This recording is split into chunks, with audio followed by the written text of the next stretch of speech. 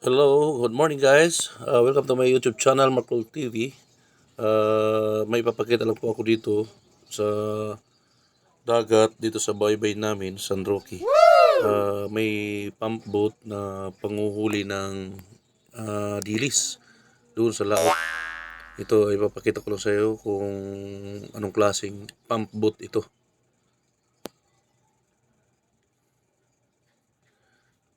Ito guys, papakita ko lang sa iyo. Dilis ang nahuhuli nito guys. Ayan, ito yung loob niya. Ayan, ito yung box na pinaglalagyan ng dilis. Tapos ice naman yan muna. Punta ka sa laut. Yan yung ilaw nila para paapong yung lalapit yung mga dilis dyan bago latagan at i-area yung baling. Yan po, ipakita ko yung baling sa inyo. Ayan, ito yung baling. Yan po, yan. Ayan, marami yan. Ngayon, ito yung nahuli yan. May nadikit pa dyan na tuyo na. Ayan, yan ang nahuhuli, ganyang kalalaking isda. Ang tawag niyan dilis at yung may iba pang maliliit na isda. Lahat yun ay nahuhuli, lalo na sa laot. Medyo may mga mahalo din malaki. Depende sa pag-apong doon sa itong panagatan na ito. Ayan guys, dito tayo sa ilalim sumuong. Ayan yung ilaw niya. Marami pang ilaw yan, yung iba dyan.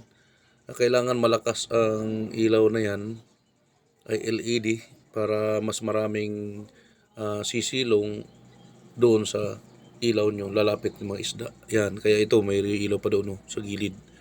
Yan. Pakita ko sa inyo yung kabuuan ng pump boat na yan. Ayan, ganyan ang itsura. Ayan guys. Ayan, makikita nyo. Yun ang panghuli ng dilis, pump boat. At may ipapakita pa ako din na iba naman to, lobster. Yun ang puntahan natin. Dalawa yun, nakikita ko doon sa kabila. At ipakikita ko kung